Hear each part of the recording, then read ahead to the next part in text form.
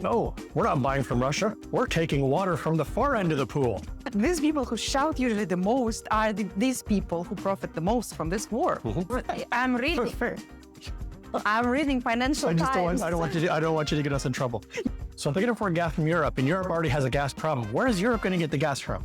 Okay, but you see how insane this is. Russia has million wars. Yeah. I see this news every time they pop up. Yep. But your propaganda is just as bad, and the Western propaganda's point has gotten worse than Russia, which is a pretty hard thing to achieve. Well, Russia's collapsing, Russia's collapsing, Russia's collapsing, tomorrow is gonna collapse, tomorrow they're gonna run out of food, or whatever. I don't know, what are they gonna sanction, the oxygen? Russia has enough to sustain itself pretty reasonably well. Yeah, we will just live in poverty, but the country will not. We have Dachas and pickles.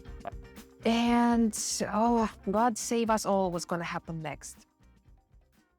Hello, this is Natasha and The Fugitive. Every week we meet here to discuss local and major world news. So what idiot said what today? Today, There's multiple idiots to choose from like normal, right? we have Trump's trade war reboot. So Trump's trade war reboot is officially on. He's slapping 100% tariffs on Chinese imports starting November 1st, along with the new export bans on any and all critical software. And he also told China that flights going to the U.S. from China can't fly through Russian airspace, but I'm not sure if he's looked at a map because that affects almost zero Chinese flights. They fly to Russia? No, it's only flights from China to the U.S. He's saying that flights from China to the U.S. can't fly over Russia on their way to the U.S. But if you look at a map, what China? It's like zero Chinese flights. Trump says a lot of stuff. I'm not sure he knows exactly what he's talking about. He's just trying to attack China for some reason. I mean, we know for which reason, but I doubt it's gonna benefit America somehow. It's gonna hurt. We talked about this last week. China is getting sick of this stuff. And every time Trump says something, he backs all the way down. China ratchets up a little bit because they don't want to escalate, but then China doesn't back down what they backed up, what they did. So they'll do some small token retaliation. Trump will back all the way down and China won't back down what they did. Problem is it's affecting markets. Yes. And did you see last time when he said like he's going to implement these tariffs, crypto fell like so much. And everyone was wondering if it's connected or it's something like, you know, because somebody bought, somebody sold when it was high and then it fell immediately. Somebody sold huge amounts. Well, supposedly some of Trump's best friends are also crypto whales. So people get pissed off so much. I went to Russian libertarians. Russian libertarians support Trump so much. And they were so pissed off because most of libertarians actually are in crypto. Russian, at least. I don't know about American. So there's so much they invested in Bitcoin before. And right now they see how he manipulates the market and they're so pissed off. And I was like, what were you expecting, you know? This guy is a businessman, right? Well, as we talked about before, a lot of libertarian circles have been basically taken over. They're people who are so pissed off at the status quo that they think they're libertarian. But the problem with most modern libertarians today is they have no idea what a libertarian is. If you talk to them about, you know, Hess or any of the true libertarians, you're like, who's that? They have no idea. They're just looking for another home outside of the areas they're pissed off with. In Russia, it makes sense. You know, actually in Russia, the rise of libertarianism makes sense because it's anti-government. Like they are against the state. And most of the speakers are youth. So it makes sense why it's... But a lot of them, just like in the US, they're anti-current government. Yes. They're not anti-government. If they were in control, they would be fine with the government. And so they're temporary libertarians. They're camouflage libertarians. They're just there because they're pissed off with the status quo. No, they say here, like, you cannot erase government completely right now in this situation. I'm truly libertarian, but I'm saying a lot of the people in this camp, it's happened in the US in the last 25 years. It's disaffected people. But if you actually quiz them on their beliefs, a lot of them are not libertarians at all. No, I don't think that's the case here, really. From what I see, what they write, it's mostly about, to reduce the state in our life. And that's the main messaging here. Because there's difference, you know, between the US and Russia in these things especially. So connecting to China, Trump is now pressuring India to stop buying Russian oil. According to Reuters, how you pronounce it? Reuters. Prime Minister Modi supposedly gave him personal assurances, and some Indian refineries are already preparing to scale back those imports under quiet U.S. pressure. They said they were going to before, they didn't. And this goes hand in hand with the other article I sent you that the European energy imports are up, 70% right now from Russia? Was it 40 or 70%? Oh, well, we're going to cover that. But I'm saying these are connected because you can't. Energy, it's like a swimming pool that everybody shares. If you take water from one end of the swimming pool, it has to go in from somewhere else. So Europe is like, no, we're not buying from Russia. We're taking water from the far end of the pool. And meanwhile, I don't know. I don't trust really what Modi says. No, or maybe, I don't know, maybe... he's stoking Trump's out. He's saying what Trump wants to hear and doing another thing. Modi's great at this, and so is Erdogan. Erdogan does the same thing. Says one thing, does another, and I'm not criticizing them for it. They're playing politics, and they know how to play Trump. So they'll tell Trump one thing, they'll do something else. So I also highly doubt that, because it's basically, it's going to collapse Indian economy. Not collapse, but it's going to damage. India economy is also strong, but it's going to damage. It's not beneficial for them. So to your argument about Europe still fuels Russia's war economy. That's the news. $1 billion a month. Even as European nations publicly back Ukraine, 7 of the European Union's 27 member states have actually increased their imports. And not just like Hungary. We're talking like Belgium. Yeah, increased their imports of Russian energy. Was it France on the list too? France is second, yeah. France and Macron. Come on, Macron. According to Reuters, France's purchases jumped 40% to 2.2 billion euros. And Netherlands imports rose 72% to 498 million. Come on, Rutte. Rutte's from Netherlands. He's a former prime minister, I think. That's what I noticed. Those people who shout the most, like Kaya Kallas, who's connected to Russia, by the way, her husband trades with Russia. Yeah. But he's not paid. He owns the company that, logistical company. Well, supposedly it stopped, but it took him like 2 years, and it's still not proven that it stopped. Yeah. He's like, I need some time to wrap up sanctions, yes, but not for me. I need time. Yes. So these people who shout usually the most are these people who profit the most from this war and who trade with Russia. In fact, Johnson, they're saying Boris Johnson has huge ownership in some of the biggest arms production companies that are supplying Ukraine from the UK now. I'm not shocked.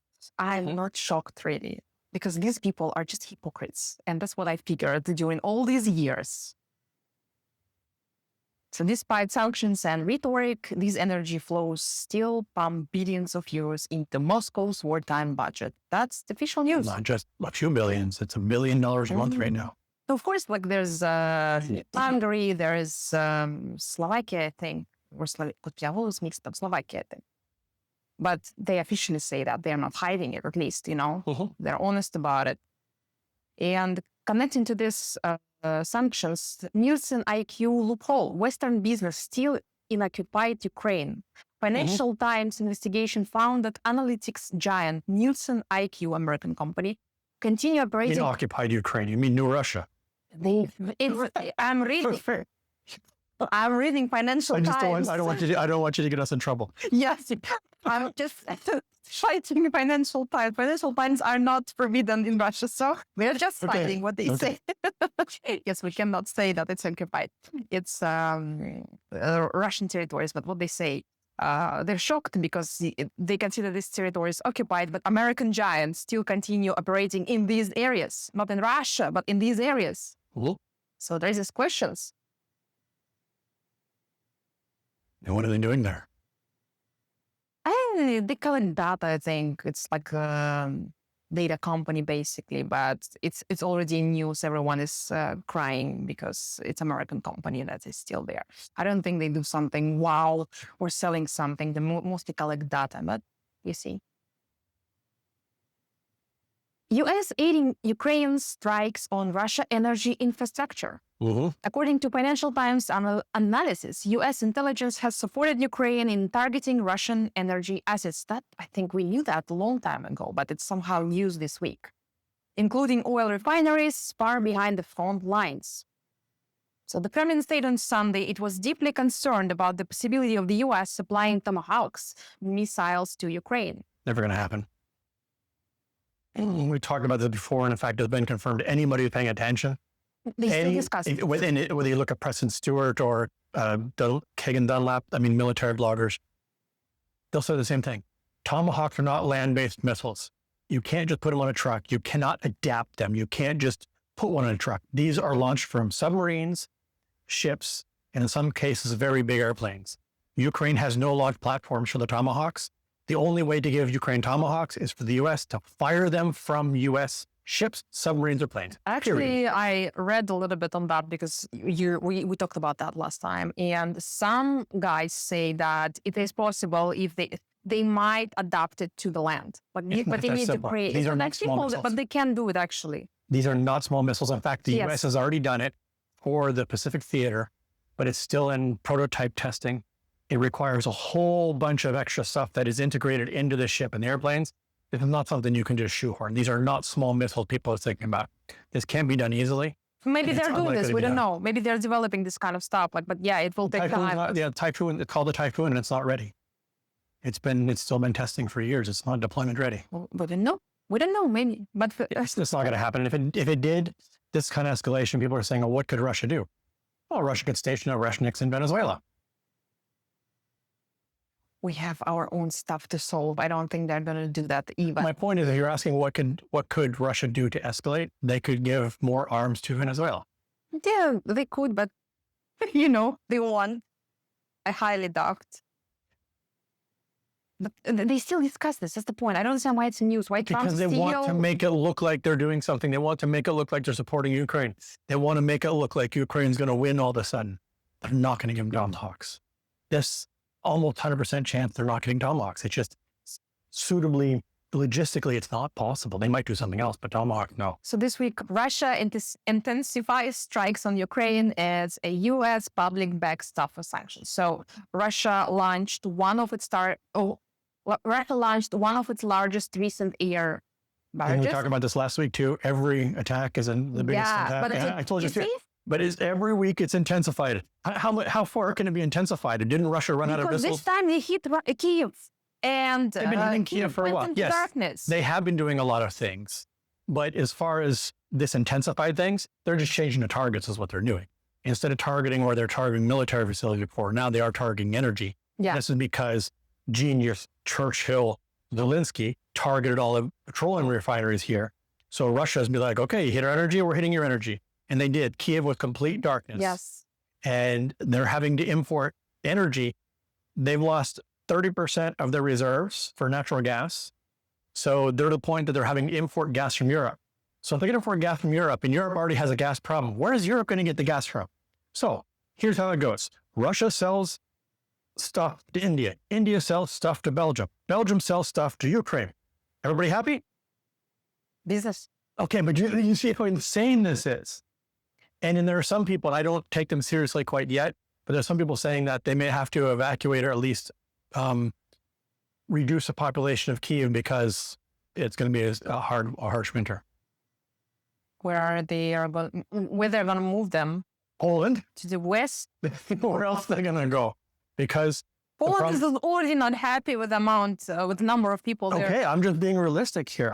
The people talking right now, I don't take them quite seriously yet. But I think it could cause, even if the Ukrainian government doesn't do it, some people to say, I'm not sticking this winter out anymore. And they're going to start more and more going to go west. Well, they go to Lviv or wherever, but they're going to have to go somewhere. And Russia's going to continue this because Zelensky went after the energy and Putin's returning the favor. And people are going to say, but Putin did in 2020. Yes, but it was a limited energy strike. Now he's like, okay, none of that. I'm just going to hit it hard. And again, I'm not justifying one or the other. I'm just explaining to people what's going on here. Explaining a chess game, don't get mad at me for who's winning and who's losing, but I'm explaining what's going on. The problem is it's not going to solve the problem. I mean, front is still kind of like moving slowly. But it's moving. But very slow. It will take like how many years? I saw estimates. If we're going to go this way, it's going to take us like 30 years or something to reach. But you're assuming that the rate will never change. Yes. See, what's happening at some point is there will be a collapse in the front.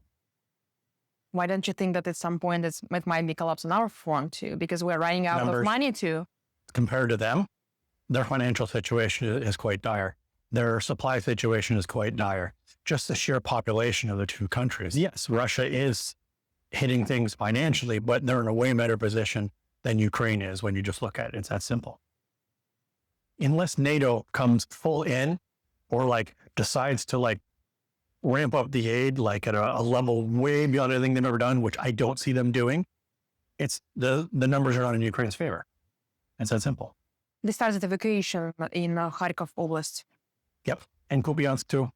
Yeah, they're close to, because there's advanced near Kupiansk, so they're moving people actually. At least finally they evacuate them. Because before, I remember when, you remember this Battle of Mariupol was, they didn't even say to people that something is going on. And they in fact, the mayor and the politicians all left. Yeah. And some of them, the mayor, I may have this wrong, but if I remember correctly, the mayor of Mariupol left. Yes. And he was video calling in and saying, I'm so Mariupol. And he wasn't. And he didn't give you an evacuation order. He didn't give everything. He left. And they're like, how? Many people just didn't know what's going on and they stayed there. I was there. I was talking to them personally. And that's what, when I asked them, like, why did you stay? You saw the army is coming. The first thing you should do is pack your stuff and run away as fast as possible. And they were like, we didn't know. And this is when people are like, oh, the Ukrainian government cares about its people in the Eastern Territory. Ukraine, I've tried to explain this to people. The Eastern territories of Ukraine to Americans are like Puerto Rico. And against nothing against Puerto Rico, okay? Puerto Rico, but most Americans can't find Puerto Rico on a map. Most Americans don't even think Puerto Ricans are American citizens. And it's just, it's like that. It's like the territories that most Ukrainians who are not from those territories never cared about them. They were like a different, they considered them to be Ukrainian, but kind of not Ukrainian. They were like, you know, if it wasn't for the minerals down in there, they wouldn't care at all. It's still territory of the country, so they care. I mean, it's their territory. They say they care, but are they going to they're willing to go to the front lines for it? Then they're dragging them off the streets. They're not. If people were so behind getting those territories back, they wouldn't have to drag. Right now, statistically, anyways, the volunteer rate is pretty much null at this point. The abandonment rate is almost as high as the forced classification rate, they call it.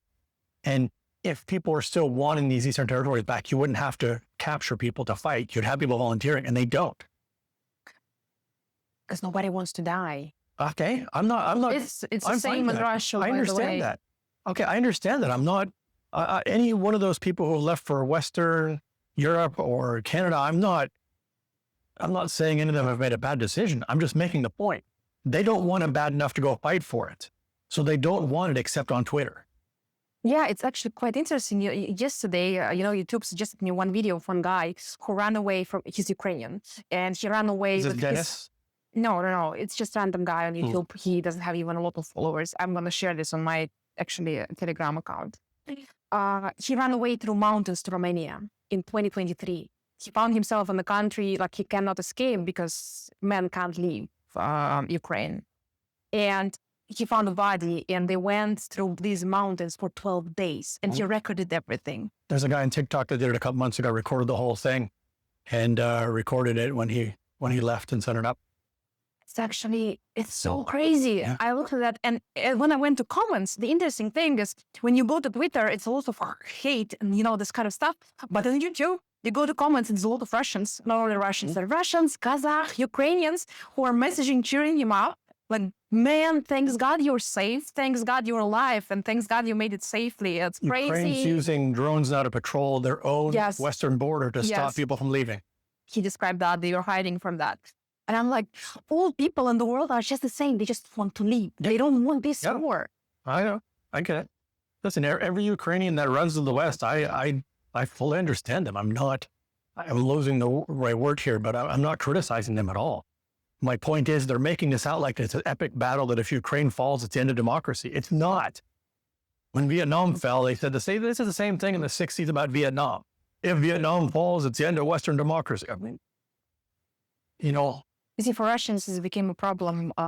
Like in the beginning, yes, it was like, I remember 2022, when I looked, it was a fight between like democracy and hypocrisy. And it made sense. Like these people are fighting for, their freedoms. But the problem is what Zelensky did is he shifted it into ethnic conflict.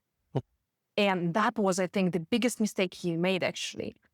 Turning Russians away from the country. And right now, Russians who were actually even supportive to Ukraine, they're not anymore. Because it became like, you want to kill me? Okay, well, it became ethnically driven conflict right now.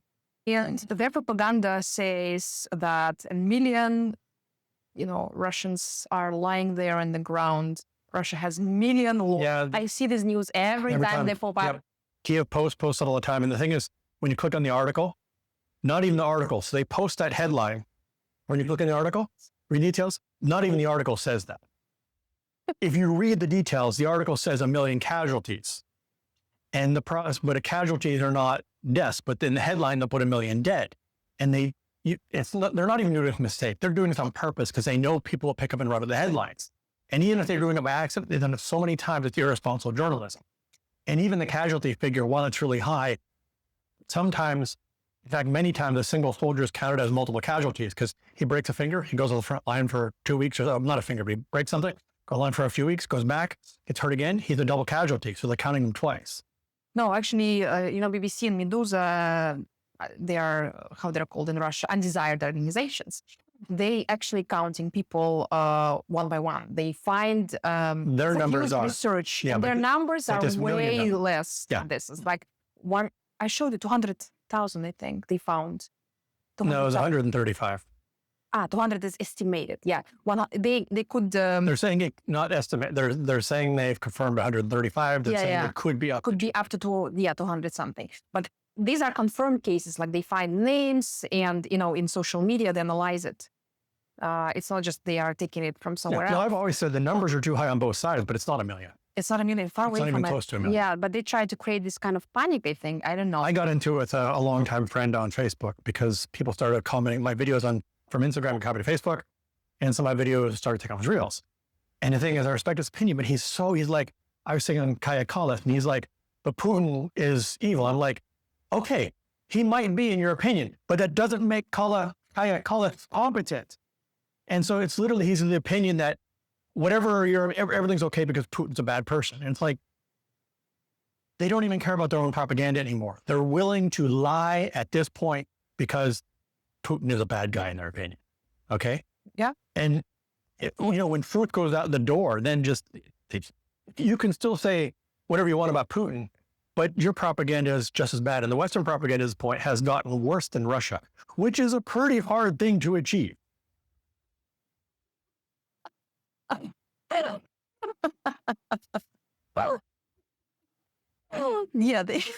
Yeah, well, Western is a general word. There's American propaganda, there's European, they're different. Well, not anymore. They're just as bad. It's like they're like, Russia Today is really bad. I'm like, what about Fox News? They're like, yeah, but it's not paid for by the government. Okay, and it is because they buy advertising spots. It's just, they don't directly fund them. And we talked about this with Hollywood before. They have an agreement with Hollywood. They will fund certain things and be like, if you make this and put it in the TV program, we'll fund you through the drug-free council or whatever. And a lot of this stuff it might not be directly government funded, but nobody can tell me that Fox News is not just as bad as RT. Fox News is not even news. You know this? Okay, I know that. They are right now something like entertainment, listed as entertainment. But you get my point. They're saying we have to ban RT, but hey, Fox is okay. That's maybe, I don't know who say that, actually. All of them, pretty much. I mean, not all of them, but the majority of people are pretty much like that. It's people who watch actually Fox News is a huge number of people, by the way. It's like half of population probably of the US, I think. It's right-wing, usually people are Republicans. Well, to be fair, a lot of the ones that watch Fox News are fine with RT. Yeah. But I'm saying the ones who aren't, even those ones are like, we don't like Fox News, but we can't ban it. But RT? Yes, death to RT. And you see right now, over 75% of Americans support additional sanctions on Russia. They really think that sanctions work or what? I don't know. What are they going to sanction? The oxygen? But they don't get it. They don't understand. There's really nothing left to sanction. Americans still are like, well, the first 19 didn't work, but the 20th one, it's going to work. We're American. We always make this stuff. I mean, it's just, You realize I was watching some old news reports in the 70s the other day, and the Americans were lying about their own body counts in Vietnam until I think it was Walter Cronkite or somebody went over to see for himself and blew the story open. And it's like, Americans just, they don't. I wish America, that's the problem is I'm old enough to remember the tail end of Vietnam. I'm old enough to remember the stories from my friends' parents and it being part of pop culture. And now that the newer generations, Vietnam to them is like World War II was to me. Yeah. It was so far before my time, and I was a history buff. And they just, they're doing the same things again. It's a playbook. Everyone does this. Yeah. Everyone does this. So when there's a war, one side who's attacking usually minimizes their victims, and the other side who's defending also minimizes. But I mean propaganda in general. It's just it's all the same thing. It's more propaganda than books written on that, you know. So, but right now it's a little bit different level because we have internet. Yeah. And it's insane. I thought that. Imagine if Twitter was around when Vietnam was around. No, maybe actually it would end earlier. Maybe Americans would leave Vietnam earlier. Let's bring the hippies back. At least the protests involve some fun stuff. Yeah, people protesting. Modern protesters like, I posted on Twitter. It's like, come on, at least the hippies like. Come on, they protest. And even you see they protest Trump, like so many people were on streets. But that's the weirdest thing, like I didn't see it so much covered. I had to search for it. I had to go on Google and I saw it on YouTube. There's two reasons for that. One is partially they don't want to cover it, but partially it's not as big as one side says it didn't happen. One side said it's huge. And they use constructive camera angles to make it look bigger than it is. And the other one just ignores it. So the truth is with most things is somewhere in the middle of the side. No, but you can see when the crowd is going, it's a huge crowd. It's not 3 people. No matter how. No, I'm not saying if it's 3 it's 3, people. there's a lot of people moving, marching. There were protests even. But they're to the point now that they optimize themselves for camera angles even. It's always. They use social media and they optimize it. And so, yes. But again, we talked before, protests in the U.S. are about as good as thoughts and prayers. I mean, when was the last American protest that actually had, there have been a few, but most American protests end up in they blow off the steam, they go home, and they feel like they did something. But there were changes, remember, after there were Black some, Lives Matter protests. As I said, there are some that have had an effect, but the majority of them by far, including the ones about the Iraq and Afghan war, that war went on for another 20 years. Most of them are them feeling good about themselves, coming and be like, I protested, I prayed about it, and it's just, okay, but nothing happened. And that's what the American government's learned is they're like, let them protest, because most times it just fizzles out, they get tired, they go home, and it's a natural law to everywhere. Like, especially autocratic governments use it. Unfortunately, ours is not that super smart. They don't let anymore to protest at all to people. But people like Georgia, for example, they'll let them to protest. Oh, did you see They'll let them to send the steam out. Foreign Minister of Finland. Behave. Yeah. By the way, Foreign Minister of Finland shows up at the protest, encouraging overthrow of the Georgian government. This is the Foreign Minister of Finland. And this is not deep figure. She shows up at the protest like, I'm the Foreign Minister of Finland, and Finland supports you in hoping you can overthrow your government. Can you imagine if Sergei Lavrov showed up at a protest in D.C. and said, I support the overthrowing the United States government? Not in Venezuela. Okay, it doesn't matter where, anywhere, but it's just... Before, by the way, how it changed? Did you notice that? Because I went to internet also and checked reaction of people, and all of them were like, what the hell is going on? Like, it became not a norm anymore. Because before, foreigners, remember, they went to Maidan. Americans came to Maidan when there was like overthrowing the government. They're like supporting them, давай. And right now, after these years, it became not a norm. People start to ask questions like, what the hell she's doing there? It hasn't been a norm. Generally, foreign governments don't get it, well, and unless they do it covertly, but to come out and do it overtly, I mean, be like, I'm on Twitter, look at me, I'm helping overthrow the Georgian. I mean, it's just, and they wonder, No, it was kind of more acceptable than right now. I can tell, because I can see by reactions of people, and reactions not by right wing who uses this, but liberals. Even on Twitter, I went to liberals like, what the hell is going on there? Like, why is she standing there in Tbilisi? Like, is it a new norm? Before it was kind of, okay, we come with, freedom. We come to support the fight for freedom and all this kind of stuff. But right now it's not not okay anymore, as we see, which is kind of interesting phenomenon. Some good news. Gaza. So it seems like the conflict is finishing. After months of war, a major diplomatic summit happened in Sharm el-Sheikh. And Trump and Egypt President Sisi marked the first phase of Gaza truce.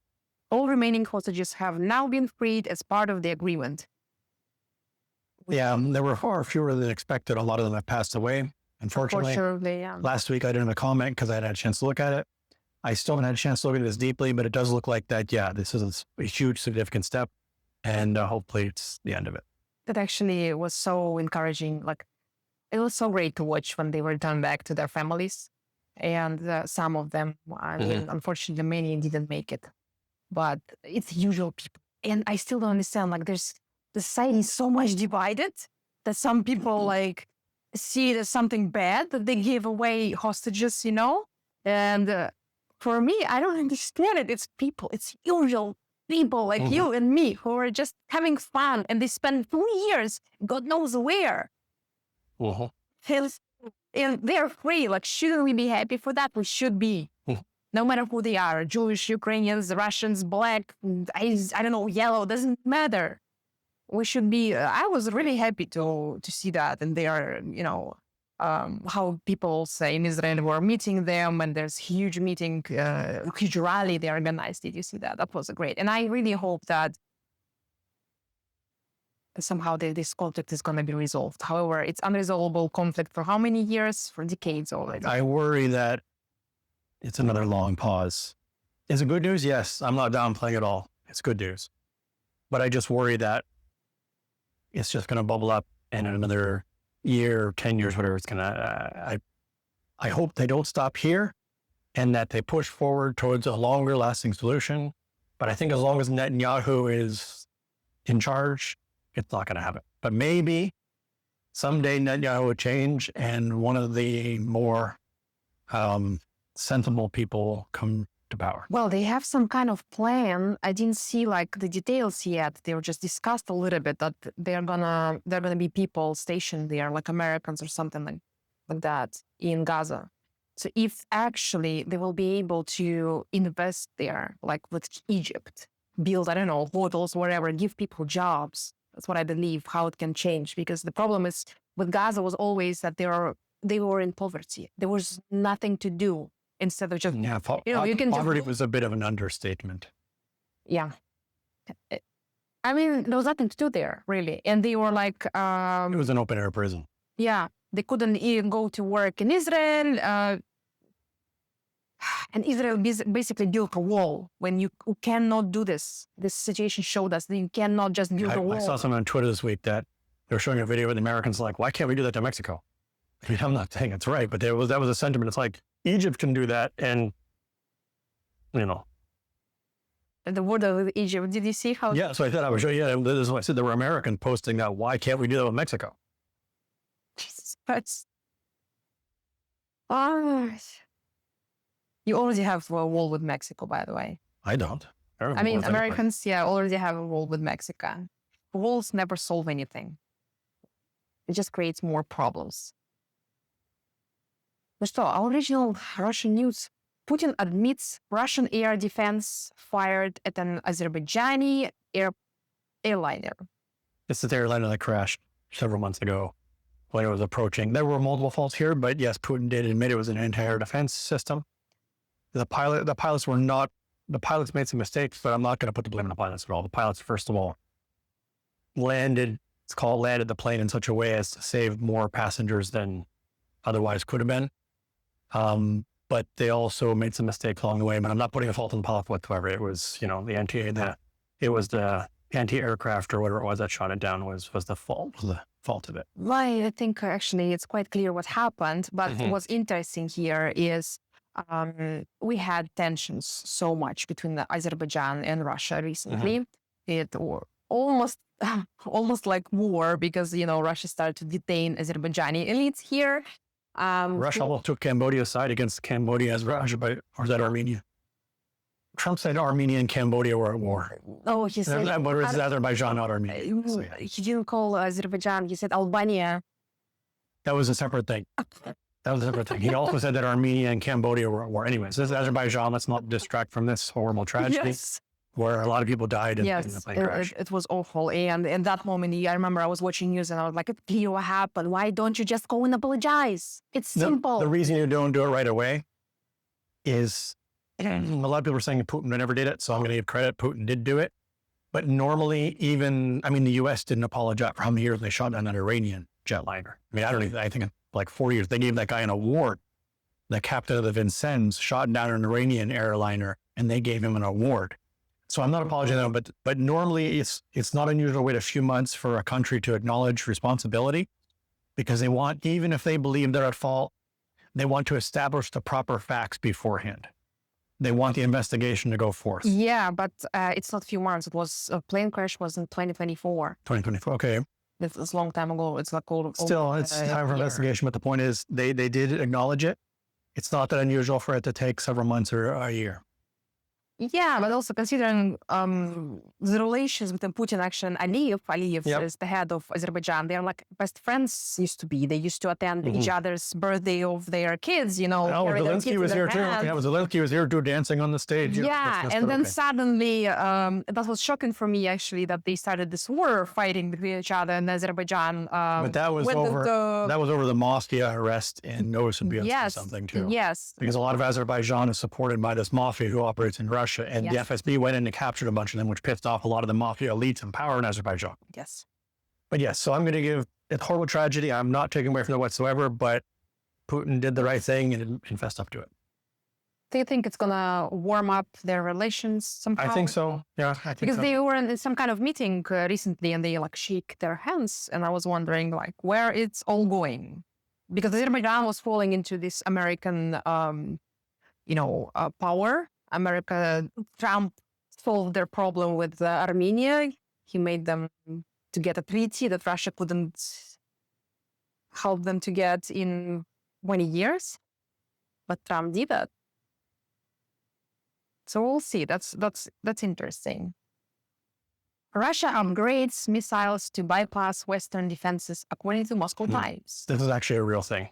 So when this first started coming out, I was like, it's just that thing. But no. I've been reading, and again, the Western sources, they have said this has actually become a real problem because the Russian missiles used to come in on a pretty predictable trajectory. They've reprogrammed them to make them basically squirrely. So when they're coming in, they're not just, they're like moving around and they're defeated. And the Iranians are pretty good at this too. But it's become a real problem for Kiev. And sometimes their effectiveness at shooting down Russian missiles is as low as 6% now. So it's becoming a real problem, and this has become a big problem for Ukraine. Maybe that's why we see more attacks on this infrastructure also. Well, that in Ukraine is running out of defensive missiles. They have to sparingly use them. And before, Russia was mostly hitting the cities of Rafah, but now that, Zelensky after the refineries, Putin's like, well, I'm going to hit Kiev. I'm going to start hitting Kiev in other areas a lot harder. And now the Ukrainians have had to spread their defenses out. Even Lviv is starting to get hit. Odessa is starting to get hit a lot more.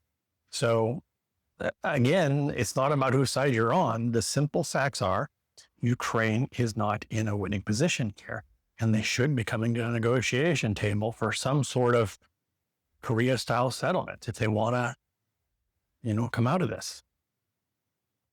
I don't know. I don't know how they're going to live through this winter. Also, it's awful. Usual people. Yeah. It's just always usual people that suffer anymore. You don't think Zelensky is going to be without heat, do you? Of course, no. He has bunker where he's quite well. Regarding that, multiple Russian regions report men suddenly discovering travel bans and financial restrictions linked to unacknowledged electronic draft summonses. So basically, we used to have a paper system here, and people would leave their registration at their parents' house in Siberia. And then they'd be like, well, I never got it. And then their parents would be like, hey, they were here today. And they'd be like, okay, I'm going to Germany today. But now they've done everything electronic. So they notify you electronically. And as soon as they notify you, you're put in a database and you can't leave. So you can pretend you didn't see it, but first of all, your driver's license will get suspended, your bank accounts will get frozen. I think your SIM cards even get frozen. No, I didn't see about SIM cards. I don't know about that, but the bank accounts get frozen, you lose your driver's license, you lose the right to work, and it's in passport control. Bank accounts are not frozen. They can freeze them. They limit credits. Like you cannot go and apply for credits, but they cannot block your bank accounts. Like if you want to go, if you're in Siberia and you need to go where you mobilize, how are you going to reach if you don't have money? They'll come get you. People come at you. Yes, we have e-government and Gosuslugi, and I start to get these messages on Gosuslugi actually. It's still not a crime offense, by the way, if you don't go. So people use it. Can I be clear? This is not mobilization. This is normal draft service where, Pete, you have to go do your 1 year of normal internal service. These people are not being sent to the front. At least this age, and let's hope it's going to stay this way. I can't imagine it's going to change because the support for it's not here. I got asked by somebody the other day, is Russia going to have a full mobilization? Like, I can't imagine it because nobody supports a mobilization here. There's just not support for it. It's not only that. It's last time when they did that, they saw what it caused. And it was like the highest number of anxiety in the society. Society was on this level, you know, that it might go to protest and it might just overthrow the state. Yeah. Because it's something, personally, that the people were so crazy about that. And I don't think they're going to repeat that. This is what America learned in Vietnam. That's why America didn't draft people for Iraq before. Yeah, exactly. They were drafting too. And did you see, I sent you this news that they're changing this law. They do something like the America did with the people who are in reserve. Yes. But I don't remember what it was. People can go here and register themselves to be in reserve of army. Oh, yes. So they don't serve. They just go only like once a year for some training, etc. So they change it. Like they couldn't draft these people before, mobilize them, but right now they can. So when the state will need them, they will just suddenly mobilize all of these people who are in draft right now. So when people were in reserves, did they have to do their 1 year military service still? People in reserves is people who actually already served. Oh, okay. So you just go and register. My dad was in reserve. Okay, so it's a true reserve, because in the U.S. they have the reserve and the guard, which are different. But the reserves are people who already served and then opt to serve later. So it is reserve. Yeah, of course. Or they have some kind of education or that.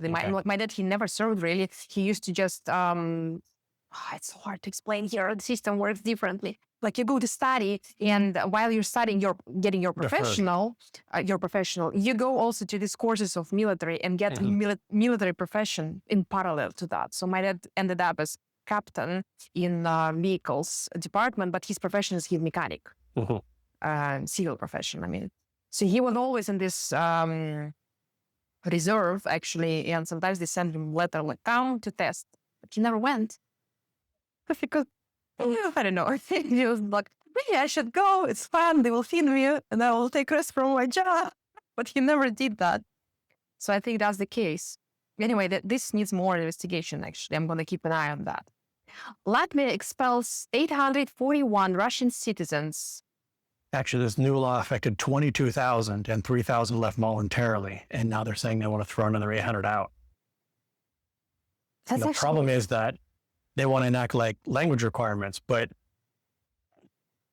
and it's hard to explain to Americans, but it's like some of these people have lived there their whole lives. Some of these people are like 70, 80 years old, and you're telling them, oh, you have to learn Latvian now. You're like, hey, I was born here.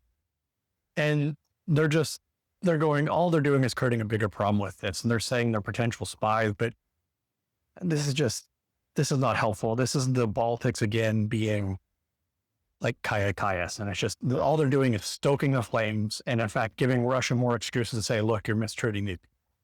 Because there's a special status where you weren't even a citizen of the EU, but you were a legal resident because you were born within the territory that's not part of the EU. Yeah, it's complicated actually, because they had so many years to go and get Latvian passport before even this language stuff appeared. They could, but they never did that. And I can understand Latvians in that, like, so who you are, you whether ours or no. So they give them so many years just to go and obtain documents. But from there's so Latvia. many of these people, and I look at it almost like Switzerland, like, oh, we're getting rid of French now. Everybody has to learn German. I mean, Switzerland has like 14 official languages or something like that, so it's not the best example. But it would almost be like one of these multilingual countries being like, you know what, we don't need, like Belgium, you know, the Flemish, they're only like 5, I don't know what the percentage of Flemish speakers are, but I think Flemish is the least spoken language. Belgium people can yell at me if I'm wrong. But it'd be like if Belgium said, we're only going to speak Dutch and French, and if you speak Flemish, we're getting rid of Flemish now. Yeah, that's true. Like Russia's for like what, 30% I think of Latvia. If they want to solve this problem, the better way to do it is just mandate teaching in the schools, so that as the younger people come up, they all speak it, and let the older people just live their lives. They did that, but They didn't do that. I mean, they implemented languages in school. You could go and learn. The problem, and I'm telling you, before that, actually Russians could go and apply for passport. But why they didn't do that for so many years? Like how many, 20 years passed since Latvia joined European Union? Even before, 30 years since Soviet Union collapsed. You had 30 years to obtain passport. Why you didn't do that? That's a question.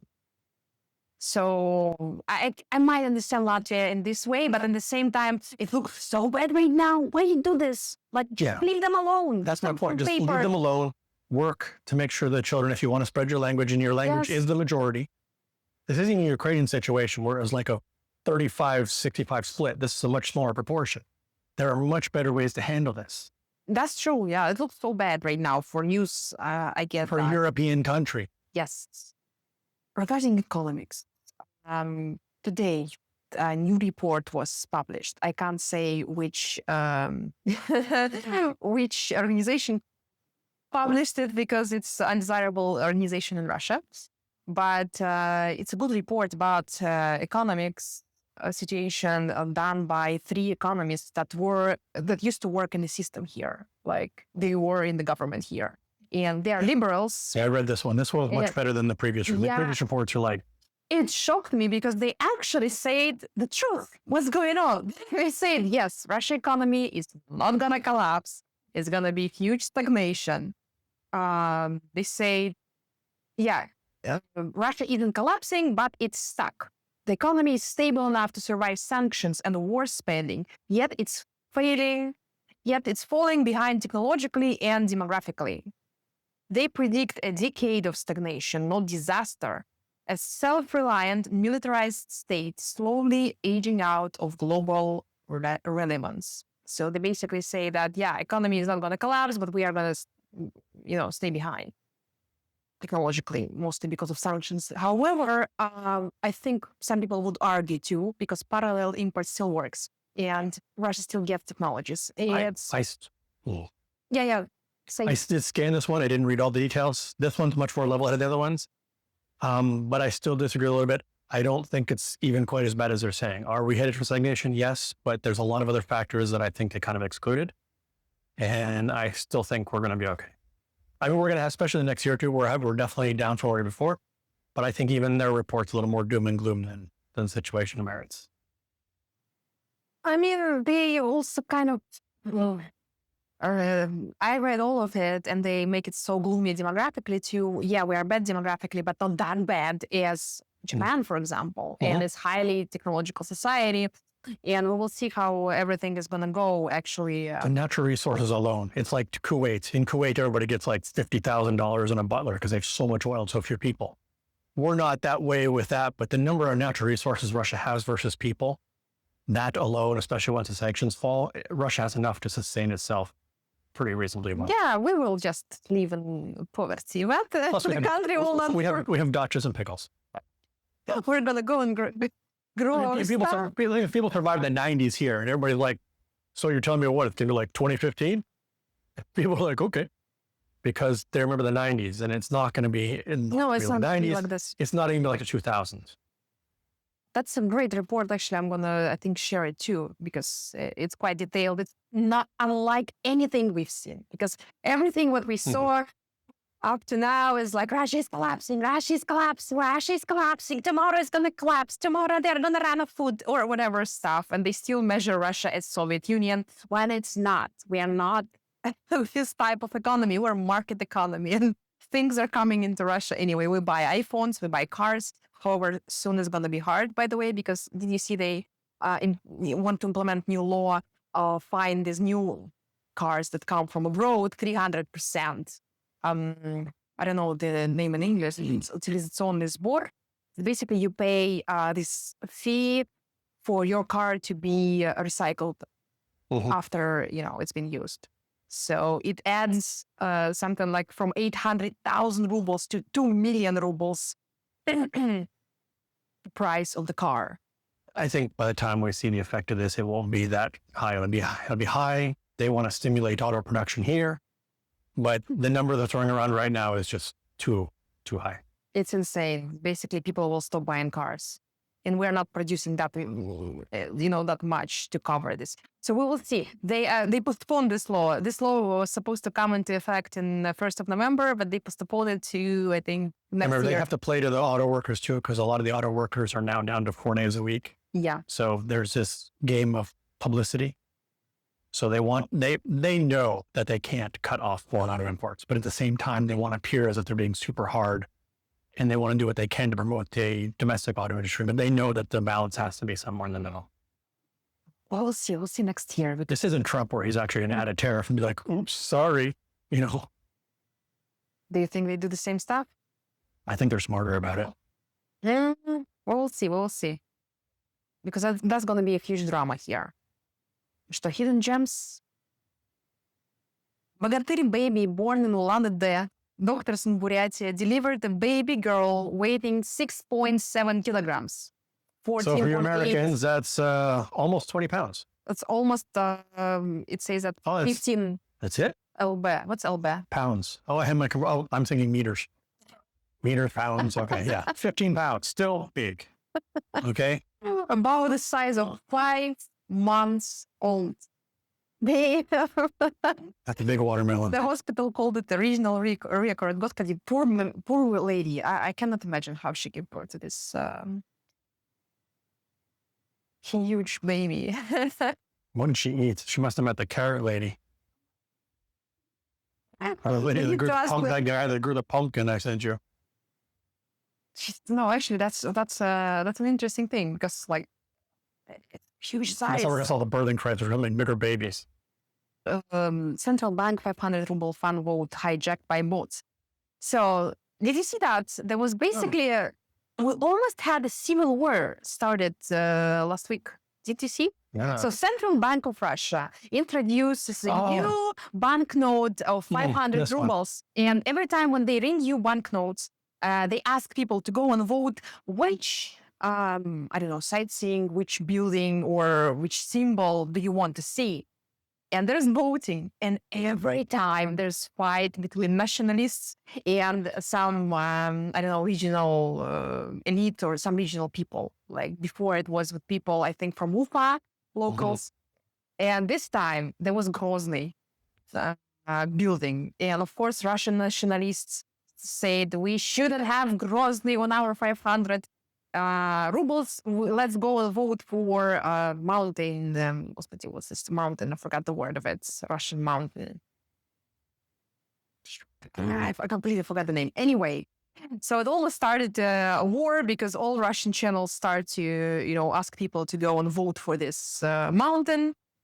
And Chechens also mobilized and said, let's vote. They start to collect people, stop them on the road, and ask them vote for this thing, pay to people money. Kadyrov personally gathered people and said, we need to vote in this war, we need to win, and this kind of stuff. It almost caused civil war, really, because Russia started to shout that they are creating bots, and these votes are not real. There's so many people, it cannot happen. Move to Gaza then. That's the problem. That's what they say. Just leave. Nationalists say, just leave voting by госуслуги. Why you let people vote just randomly through VK and all this kind of stuff? It creates frauds. And that was the main problem. So they were fighting. And eventually Central Bank said, listen, guys, so we are canceling all of this. So in the end, it's going to be Kadyrov on the 5,500 ruble bill, right? Kadyrov with some Russian nationalist or Russian flag. That would be the compromising thing. But actually, it's crazy because It's like Kadyrov on a mountain to Ufa. that Ufa. Mountain, господи, I forgot the... Все, I forgot the... It's Yeah, Ufa's pretty flat. it's in Kabardino-Balkaria. I was there. I forgot the name of this mountain. Okay, it's autumn, so I need to drink some vitamins. Regarding exam,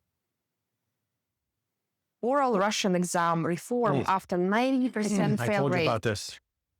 After most migrants and returnee kids failed the written Russian language test, the Education Ministry quietly switched to an oral format this year. Told you it was going to happen. So by new law, Russian people who are migrants, not Russian, people who are migrants here, if they come and their kids must go to school, the kids must pass the exam in Russian language.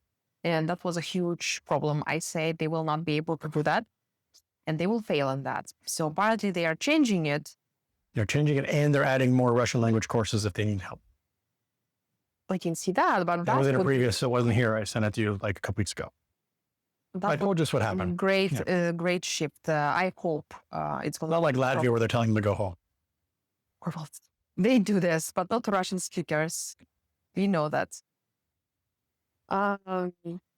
So yesterday, St. Petersburg street singer Nauka detained for performing songs by foreign agents.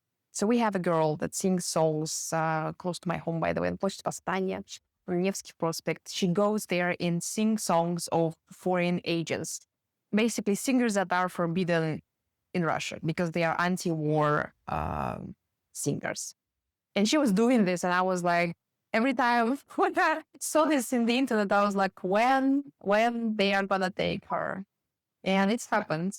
Apparently, it went viral on the internet. They started to collect lots of people who were watching her performances. And yesterday they detained her and they gave her 15 days in prison, by the way. It's the first case. Well, 15 days in jail. There's a difference, but okay. Yeah. What's the difference between jail and prison? Prisons are longer term facilities. Jails are for shorter term. Conditions are different too. And what's how we call it, SIZO? You know, Russian, there is SIZO, a temporary prison. It's probably a jail. Interesting. Then jail. So, yeah, you can't. Yeah, still not a party, but. I thought they're going to actually give her more. I thought they're going to charge her with discrediting the army. But they actually, while I was going to visit you in news, they say that they... You were humming the tune, you're like, I can tell a different tune. Короче, they imprisoned her for organizing a rally because so many people were listening to her. So, and in most of these cases, I don't know what happened in this case, and again, I'm not excusing what happened or didn't happen or whatever, but they usually give them a little bit of warning first before they do this. It's not like you do the... That's the warning. Not like... Usually they're warned a little bit before. No. That's the warning. That's the first warning. They take you and they put her for 15 days. Then she'll be free. And if they will continue doing this, I think there will be other... This is the public warning, but they know somebody will approach them first and say, listen, continue, there's going to be a public, something visible. Maybe you should stop. I'm not judging one of them. I'm just explaining, Actually, yeah, the problem is because it became viral. She could continue singing these songs, actually, or even somewhere else. Nothing will happen if people wouldn't gather. Yeah. So many people, and that's what they're afraid of. If she was doing karaoke or something, but... No, she was singing this. I know, if she was doing karaoke, it's different. But when you start to gather a crowd, but I'm just telling you, somebody approached her beforehand and told her, you're gathering too much, and then... These people, what usually happens is like, no, I have my right to whatever, and right or wrong, they continue. And no, I don't have this information. There are no reports about that. It's not going to be a report on it, but yeah. The problem is, it's for real one type of protest right now. Like people want to, what I was talking about, that what Georgia does well is to let people, to send them steam out, and. So is the Minister of Finland going to come and protest here? But Mr. Finland, I'm talking about. I know, but is she going to come? But she was in Georgia. Why doesn't she come here? Why doesn't the foreign minister of Finland come here and stand on Red Square? The border is closed. She can find a way. She can find a way. She can come through Estonia like everybody else. I'll buy her. I'll buy her a plane ticket through Turkey. You hear that, foreign minister of Finland and Kaja Kallas, you too. If you will come to Russia and protest in Red Square and protest for the overthrow of our government, I'll buy you plane tickets. Who will give them visa? I think we can get it arranged. Protest here. Yeah, I think we can get it arranged. So they will end up in jail. I want to be clear. I'm not advocating for the overthrow of our government. I'm just allowing their freedom of speech to come here. I'm more than willing to fund their trip here. They know they can't. There's a war going on. So you're saying they're chicken? Oh, why would they go? They know they're going to be jailed. Go to Georgia. You see, in Georgia, they are allowed. She's free. Nobody detained her, even. You see, that's what should be done. We should let people to, let them, send them steam out, at least. But they don't. And they just create more and more. They suppress this thing, and one day it's gonna. And, God save us all, what's gonna happen next. And the last news. We're gonna end on the funny note. How Americans celebrated U.S. Navy Day. They were... If you were in the Navy, I didn't even know it was a thing. It's like one of those things that unless you're in the Navy, you don't know it's a thing. So they start to share pictures on Twitter. I thought this was fake at first. No, it's... I know it's not, but when I first saw this before you sent it to me, I didn't send it to you because I thought it was fake and I didn't have time to check it. Americans start to share. I asked ChatGPT and it's like, I don't know. Congratulate Americans with Navy Day with Russian missiles, cruisers instead of American ships. All these posters like U.S. Navy Day, whatever, how many years, and there's a picture of a Russian battle cruiser. There's one guy was like, they were commenting, this is Russian. And this one too. Did you see that? I think that's hilarious. It's not the first time when they do this. Previously, they had this with Trump, remember? When he was like saying something like, let's recover American car industry, and they put Zhiguli Lada car. Like that's the one you're going to recover the auto industry with. Although, I do want to say, people are like, what famous car did Russia produce? The Russian Zhiguli has produced more units than any other car in the entire world, even outselling, somebody can double check me out, but I think even the Toyota Corolla to sell was like the quote is number one, but I'm pretty sure the Zhiguli outdid it in total number of units, including export units as well. Maybe because they've never changed anything. Yeah, that's true. I mean, it's the same car. It's like the Volkswagen. It's like the Russian Volkswagen Bug, but it's been going for much longer. And it's not even Russia. It's also... It's Italian. It's an Italian-based design. Yeah. But the Russians heavily modified it because I watched a documentary on this. The Italian design didn't hold up to the Russian roads. They also said that Russian roads they needed something that lasted longer. So it did have a base Italian design, but it's heavily Russian modified. The only Russian car, I think, that is clear Russian is Niva, if I remember right. That's a pretty famous car. Yeah, and Russian cars are not only Russia. When I was in Egypt, they have factory there in Egypt, in Cairo, and I was like, what the hell? Why do I see so many Ladas here? They apparently adopted Russian Lada to desert, and that's why they buy, especially Niva. It was like kind of cheap for them. Oh, the Niva is famous for road rallies. Yeah. Not only it outdoes a lot of the Western cars. A lot of the road rally people, they want not the fast, the speed ones, but the endurance ones where they go off in the sand and stuff. And the Niva has won, I don't know how many times. Plus, not only that, but the Russian Kamaz truck is like the world leader in that thing. Yeah, but that's something special. That's another thing. Yeah, they especially adapted to these rallies. They change engines. They put their German engines, etc., etc. No, but yeah, in off-road, Russia is quite famous. Actually, we do really very good off-road cars. Oh, like Kenyans are good runners. We have cars for the purpose. Should be like, they can handle Russian roads. African desert, no problem. That's okay. Come back. No problem. Russian roads? Okay. The point is, it's just cost and efficiency. It's costly effective. So that's why. Yeah. So that's all for today. Mm-hmm. We covered all the news. I guess we are not going to meet next week. You're going to surgery. I have my surgery. So if Kaja Kallas or the foreign minister of Finland comes, that's up to you now. Yeah, maybe we're waiting for you, Kaja. Maybe next time we're gonna make online, so I'm not gonna come to you. You're gonna lie in the bed, with this beep beep, and we're just doing this. We'll see. Maybe in 2 weeks how I'm feeling, because they're saying I have to. Anyways, we'll see how it goes. Yeah, let's hope for the best and your speedy recovery. I'm waiting for my Kaya. I'm expecting a card. So guys, leave your comments. Don't forget to like this video because it helps YouTube algorithm. And see you, I don't know, in a few weeks, I hope. 2, maybe 3 weeks. So thank you for watching. Пока-пока. Пока-пока.